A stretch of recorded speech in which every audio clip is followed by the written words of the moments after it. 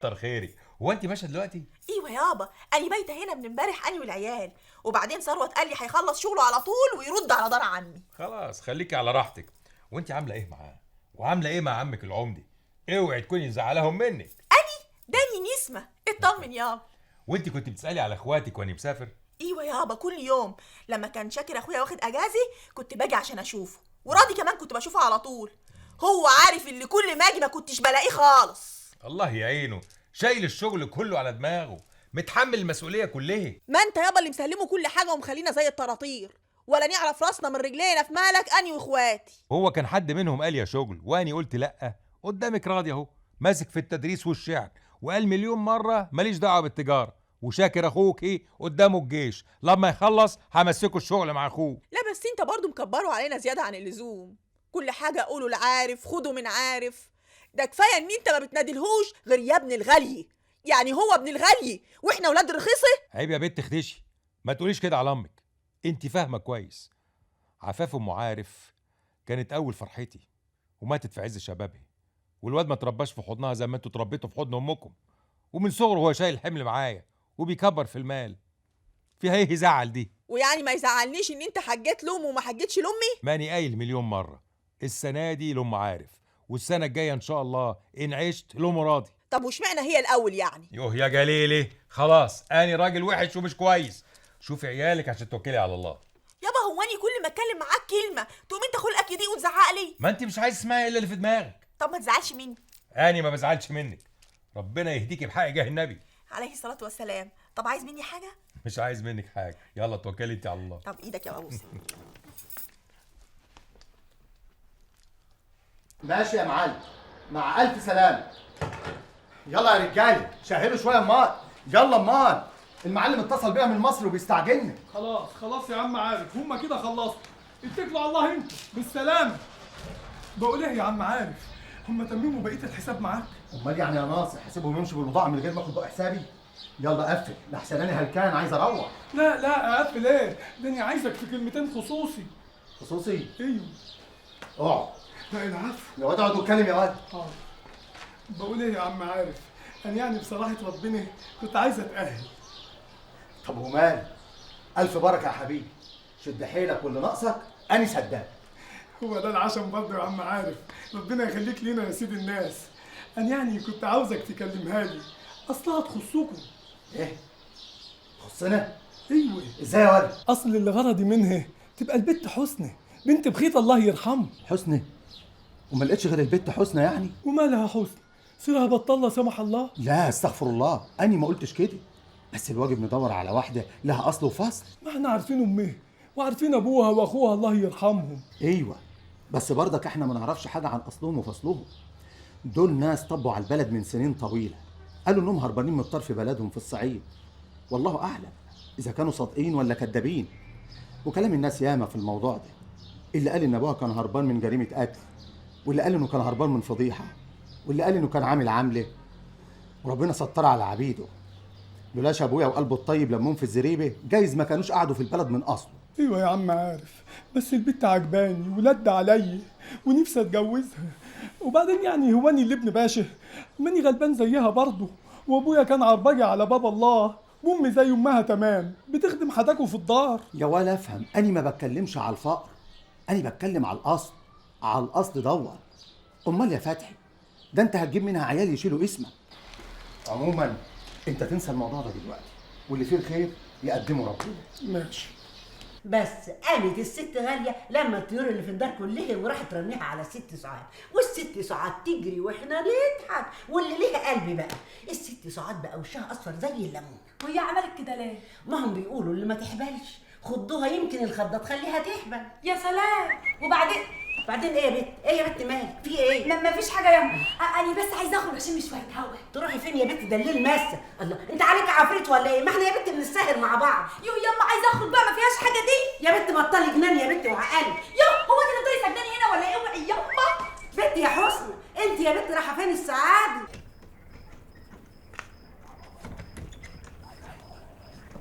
وحشتني يا بنتي كده، وحشتني قوي يا بنتي. ايه يا بت؟ ساعه صفر ما ترديش. امي ما كانتش راضيه تخليني اخرج بره باب الدار. اوعي يا بنتي تكون امك سمعت صفارتي وفهمت السمه اللي بينا. يا خرابي يا اختي، دي لو كانت عرفت ما كانتش رضيت تخليني ابدا اعدي باب الدار دي خالص. امشي امشي عدي. اهدي يا باي على امك دي يا باي. يا اختي دي مطلعه روحي. المهم انت كنت غطسانه فين بقالك يومين؟ كنت بلقط رزقي. بلاش الكلمه دي، الناس بتتكلم عليكي كلام وحش. يا اختي خلي اللي يقول يقول.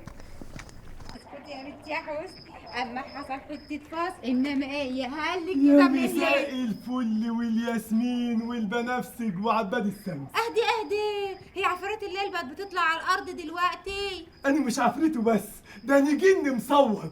انا واد خلاصه ومية مية. امتى الزمان يسمح يا جميل واسرح معاك على شط النيل. اتنيل يالا، انت تعمل لي فيها فتك. طب بس انت وافقي وانا حسبت لك اذا كنت فيتك ولا لا. اوافق على ايه بقى يا ناصر؟ خلي بالك عالجواز. اهدي يا موكوس، من قله الرجاله هما كانوا خلصوا ولا خلصوا؟ ولا في راجل في الدنيا يليق لك غيري يا حسني. ما انتش خيالي يا ولد. ولا ليكي خيال الا أنا يا بيت. كدبت اما بيتي. انت ايه اتخونت في نافوخك؟ طب وفيها ايه؟ ما تتخوت انت كمان واحط خوتتي على خوتتك ونخلف مخاويس صغيرين. سيبك منه يا بنت، انصرف يا فتحي انصرف، ملوش لزوم. معلش، طولة البال تبلغ الامل واني حصبر يا حسنى زي صبر ايوب لما صبر الواد مهووس بيكي يا بيه، قولوا له واحلي بيه وبعدين اديله سكي. يا اختي سيبك منه بلا خير. المهم طمنيني، اخبار الجو ايه؟ جاي بكره. أنا لو كان عليا عايز أطير وأرجع البلد النهاردة قبل بكرة. واني والله يا شاكر بلدنا وحشتني قوي، ابويا واختي. يا راجل حرام عليك، ده أنت راجع من أجازة مفيش من جمعة. اليوم هنا بيعدي بسنه يا عم شاكر، وانا اللي هقول لك. والله يا مرعي عندك حق. عارف أنا ساعات كتير بأنب نفسي، بقول ليه بس ما كملتش في الجامعة. لو كنت كملت في الجامعة كان زماني مخلص جيش دلوقتي. تقول ايه يا صاحبي؟ الفقر فقري. حد في الدنيا يسيب كليه الزراعه ويقول كفايه على دبلوم الزراعه؟ حد يعقلها دي؟ فيها ايه لو كنت استحملت القعاد في مصر شويه بعيد عن اهلك بدل ما تقضي السنين دي هنا في الجيش؟ أنا ما حسبتهاش كده يا مرعي. يلا كل شيء نصيب، وبعدين اهي هاني كلها كام شهر ونخلص. ربنا يهون يا رب. اما قومي اسقي بقى. بسم الله الرحمن الرحيم. في ايه يا بنت مالك؟ قومي بقى عشان نلحق نروح دار الحاج زكريا ونشوف طلباتنا. ليه واحنا امتى دلوقتي؟ النهار بيشقشق اهو. بيشقشق؟ وايه اللي هيودينا بدري كده؟ ده لسه بدري قوي. وانت ايه اللي مصحيكي بدري كده مش بعاده يعني؟ ياما بطلي كسل، زمان العيال صحيوا عشان يروحوا مدارسهم. يو ما يصحش كده، يقولوا علينا ايه؟ لا حول ولا قوه الا بالله. انت اكيد ملبوسه. اخص عليك ياما، ما تقوليش عليا كده، الشر بره وبعيد. ما هي مش عمايل اللي انت بتعمليها دي. يوه ياما الحق عليا، يعني ان انا خايفه على شغلك واني كمان هروح معاكي. يا اختي غريبه، لا كده عاجب ولا كده عاجب. مش عجب النهارده يعني؟ ده انت امبارح مخنقاني لما قايله يا كيفه على مروحي عندهم وخدمتي ليهم. يوه بقى ياما، النهارده حاجه وامبارح حاجه. يلا بقى هتفضلي نايمه على السرير لامتى؟ طب روحي اعملي لي كوبايه شاي اعدل بيها نافوخ. اما بطلي بقى، بطلي طلبات وخلاصي. الله يا اخي خلصت روحك يا بنت. روحي اعملي لي كوبايه شاي، مش عارفه افتح عيني. مانيش عنه ومش هحط ايدي في الزفت اللي اسمه الجاز ده. يلا بقى يلا حصليني، ما يصحش كده. بس يا بنت انت وهي يا بنت بلاش دبدبه، جدكم هيصحى. يوه خدي يا خالتي الفتيل الشديد، وانا كمان يا خالتي، بس انا الاول. حاولوا عليا، هربط لكم التليفون بس واحده واحده. يلا تعالي يا حبيبتي افتحي الباب. حاضر. تعالي. صباح الخير. صباح النور. يلا يا خالتي عشان تربطي لي شعري انا كمان. العواف عواف عليك يا يعافيك يا بنت. حسن. امك فين امها؟ بتشرب كوبايه الشاي وجاي. لو ما فيش شاي هنا ولا ايه؟ مالك يا بنت مخيوله كده ليه؟ بتتلفتي عليها على الصبح؟ لا ابدا مفيش حاجه.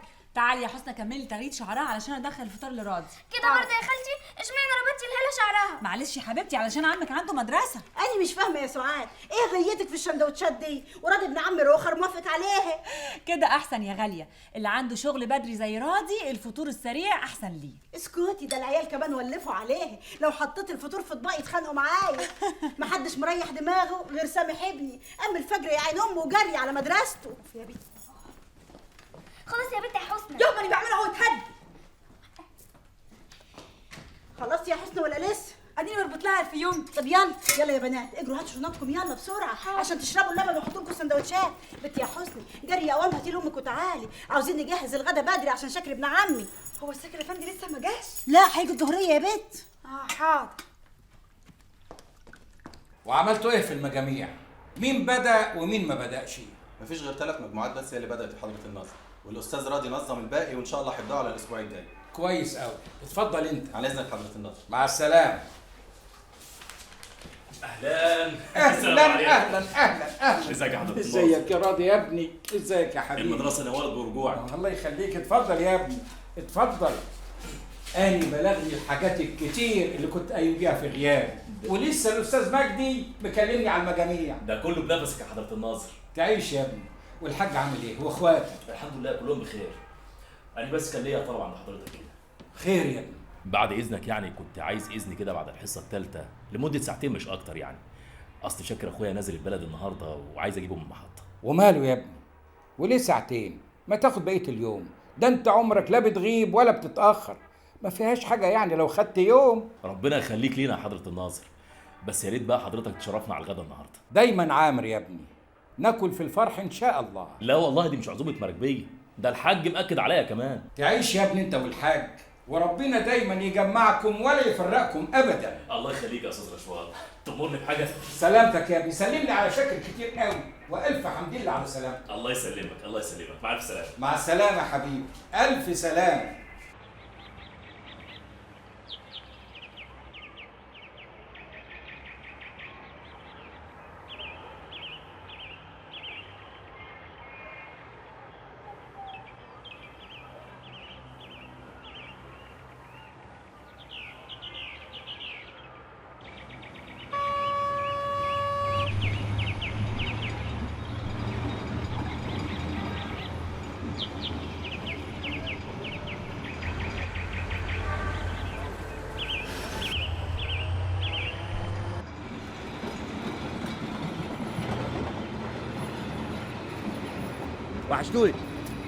وحشتني قوي يا راضي. كمان يا شاكر. الف حمد لله على سلامتك يا اخويا. الله يسلمك يا ابو سامح، وحشتني قوي. وانت اكتر والله. الحمد لله على السلامه يا دفعه. الله يسلمك يا راضي. طمنوني، ابويا الحاج وصل بالسلامه ولا لا؟ وصل بالسلامه ومستنيك على شوق، وجايب لك معاه الهدايا المعتبره. طب الحمد لله، لحسن ده وحشني قوي. وانت عامل ايه يا شاكر؟ الحمد لله فل حديد. يا شيخ روح كده، ده انت شكلك المره دي عدمان، ما كنتش بتاكل ولا ايه؟ لا ازاي بقى؟ ده انا كنت باكل اجمد واجدع عدس فيك يا مصر كلها. لا صحيح شكلك مجهد قوي. ما بقى بركه في غاليه، اكلها ان شاء الله هرجع لي كل اللي خسيته وشويه كمان. ايوه دول عاملين في البيت زيط عيش ذبح وشحاش قلبين الدنيا. ايوه كده يا ابو سامح طمنا. يلا يا جماعه عايزين نروح بسرعه لحسن بشم هوا البلد بجوع على طول. طب يلا اسبقوني انتوا على البيت، انا عندي شويه شغل اخلصهم واحصلكم على طول. ماشي يا ابو سامح. الحمد لله على السلامه يا شاكر. الله يسلمك يا راضي. ازيك؟ وازاي سعاد عامله ايه؟ كله بخير الحمد لله. الحمد انت قول لي عامل ايه؟ الحمد لله زي الفل. ازيك يا حبيبي؟ الحمد لله الحمد لله. والله ليك وحشه جامده. الله يكرمك. تعالى. يا ظهري. ارتاحي بقى يا غالي. ما خلاص الحمد لله كله بيخلص اهو. اهديه، هو الواحد باين كبر ولا ايه؟ كبرت ده ايه يا ست الناس؟ ده انت لسه وردي ومزهره. يوجتك ايه يا ربح؟ كل ده بسبب الجهد اللي ورا بعضه. انت بتريحي نفسك خالص يا غاليه. يا اختي ما كلنا مهدود حيلنا من صباحيه ربنا. انت يا بنت انت اتحركتي من مكانك من ساعه ما جيتي؟ ماني كنت هتحرك بس في رمش دخل في عيني. يا ست غاليه هنعمل الفطير المشلتت دلوقتي؟ ايوه امال يا وليه؟ انت لسه هتعملي فطير يا غاليه؟ عشان شاكر يتعشى منه، ما انت عارفه بيحبوا قد ايه. يلا يلا اعملي لك همه يا ربحه. وانت يا غندوره انت يا حلوه انت تعالي لي هنا بسرعه. ايه؟ يلا جري مع امك ساعديها في الفطير يلا. واحنا هنعمل فطير دلوقتي؟ وما نعملوش ليه؟ ده احنا يا دوب نلحقه على العشاء عقبال ما يخمر. يلا انت يا بنت ما خلصتيش تنظيف. خلصت، بس انا يعني قلت كده خلاص خلصنا، اصل احنا شغالين من الصبح واتبهدلنا قوي. اتبهدلتي؟ لو هي البهدله جديده عليكي ولا تكونيش فاكره نفسك بنت السلطان واحنا مش دريانين. في ايه يا ست جليل؟ هو انا كنت قلت حاجه؟ بس الاكل اللي انتوا بتعملوه ده كتير قوي. الله اكبر في عينك، قول اعوذ برب الفلق. ايه يا بنت؟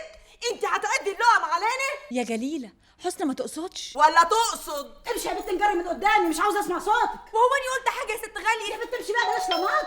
بينه شاكر. اخويا ايوه اخويا جه. ايوه اسم الله عليك اسم الله عليك. اهلا يا شاكر. اهلا ازيك يا غاليه؟ ازيك؟ عامله ايه؟ ايه ده؟ مع السلامه. ايه يا جليله ملوش لزوم الجنان ده؟ بشوفه بفتكر امي. الله يرحمه. الله معلش يرحمه. معلش يلا شاكر، يلا الحمد لله على السلامه. الله يسلمك يا واد اخويا.